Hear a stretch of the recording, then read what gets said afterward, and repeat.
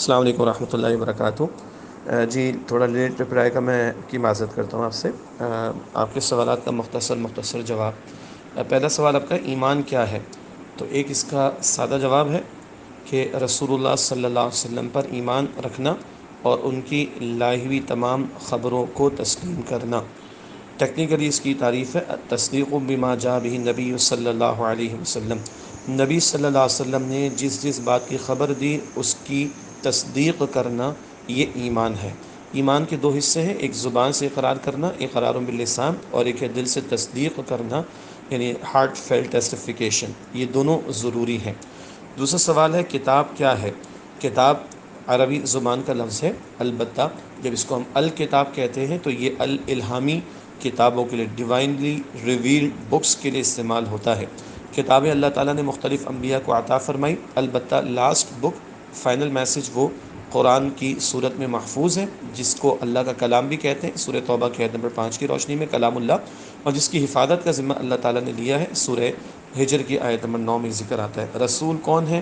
اور اگلا سوال ہے نبی کون ہے؟ یہ ایک دوسرے کے سینونیمز کے طور پر استعمال ہوتے ہیں، رسول اور نبی۔ اس میں بہت بنیادی باریک فرق یہ اہل علم نے بیان فرمایا کہ نبی عام ہیں اور رسول خاص ہیں۔ نبی مختلف مواقع پر مختلف علاقوں میں اللہ تعالیٰ نے بھیجے لوگوں کی ہدایت کے لیے، البتہ جس نبی کو نئی کتاب عطا کی گئی ہو، نئی شریعت عطا کی گئی ہو، وہ رسول قرار پاتے ہیں۔ یہ ایک تعریف اہل علم نے بیان فرمائی۔ نمبر 5 ہے کہ کیا قول رسول یا قول نبی حدیث ہے؟ حدیث کے مقابلے میں سنت کا لفظ ٹیکنیکلی زیادہ کمپریہنسو ہے۔ عام طور پر حدیث اور سنت سینونیمز کے طور پر استعمال ہو جاتے ہیں۔ حدیث لٹرلی اسپیکنگ بات کو کہتے ہیں، لیکن حدیث سے ہم مراد لیتے ہیں یعنی مسلمان قول رسول، عمل رسول اور تقریر رسول، یعنی رسول اللہ کے ورڈز جو آپ نے کہا، رسول اللہ کا عمل جو آپ نے ایکشن کیا، اور رسول اللہ علیہ السلام کے سامنے کوئی کام ہوا اور آپ نے منع نہیں فرمایا تو وہ بھی سنت کا حصہ ہے۔ تو حدیث اور سنت سینونیمز کے طور پر استعمال ہو جاتے ہیں، البتہ ٹیکنیکلی سنت زیادہ قیمتی ورڈ ہے، اور اس کی 3 حصے اہل علم نے بیان فرمائے، ایک رسول اللہ کا قول، ایک آپ کا عمل، اور ایک آپ کی تقریر وہ اردو والی اسپیچ نہیں، بلکہ تقریر کا مطلب کسی عمل کو آپ نے ہوتا ہوا دیکھا اور منع نہیں فرمایا تو کہ وہ عمل بھی درست اور جائز ہے، اس کو برقرار رکھنا یعنی تقریر کہتے ہیں۔ نمبر 6 کیا حدیث ایمان کا لازمی جز ہے؟ وہ بھائی آپ نے میں نے قرآن کو کیوں مانا ہوا ہے؟ اس لیے کہ وہ رسول اللہ نے ہمیں بتایا ہے، تو پہلے تو رسول اللہ کی زبان پر اعتماد ہوگا تو قرآن کو مانیں گے۔ ہمارا ایمان کھڑا ہے اس بات پر کہ ہم رسول اللہ کی بات کو تسلیم کریں۔ باقی مجھے لگتا ہے کہ حدیث کے بارے میں آپ کو تھوڑا سا کنفیوژن ہے، آپ 2 کتابیں پڑھ لیں، ایک تقی عثمانی صاحب کی ہے حجیت حدیث مفتی تقی عثمانی صاحب کی، اور ایک مولانا مودودی صاحب کی ہے سنت کی آئینی حیثیت۔ پڑھیں گے تو آپ کو کلیئرٹی زیادہ ہوگی، 2 منٹ کے جملوں میں بہت زیادہ وضاحت کرنے کا موقع نہیں ہوتا۔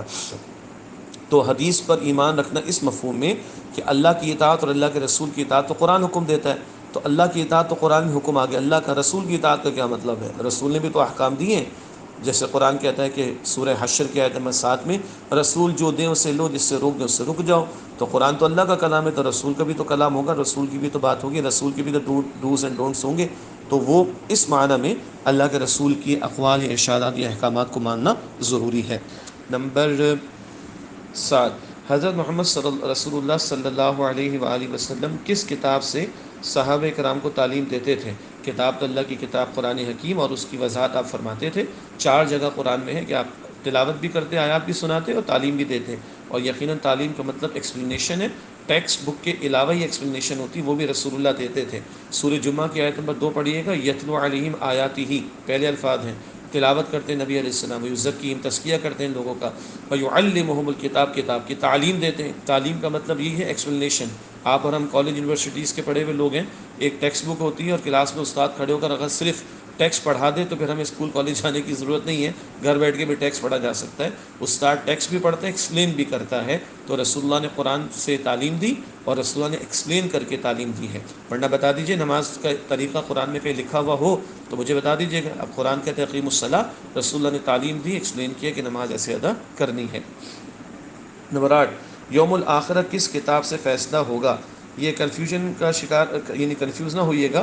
ایک تو کتاب الہی ہے، یعنی جس میں اللہ کا کلام ہو اور اس کی آخری ورژن قرآن حکیم ہے، اور کتاب سے مراد اگر آخرت کی بات کریں تو آپ کا میرا نام اعمال جو لکھا جا رہا ہے، سورہ بنی اسرائیل کے دوسرے رکوع میں پڑھیے گا اقرأ کتابک، اپنی کتاب کو پڑھ لو، یعنی اپنا نام اعمال پڑھ لو۔ اور آج ریکارڈ پر چیزوں کا ہونا، میں بھی آپ کو آڈیو ریکارڈنگ بھیج رہا ہوں، یہ ہر جگہ شیئر بھی کی جا سکتی ہے اور محفوظ بھی رکھی جا سکتی ہے۔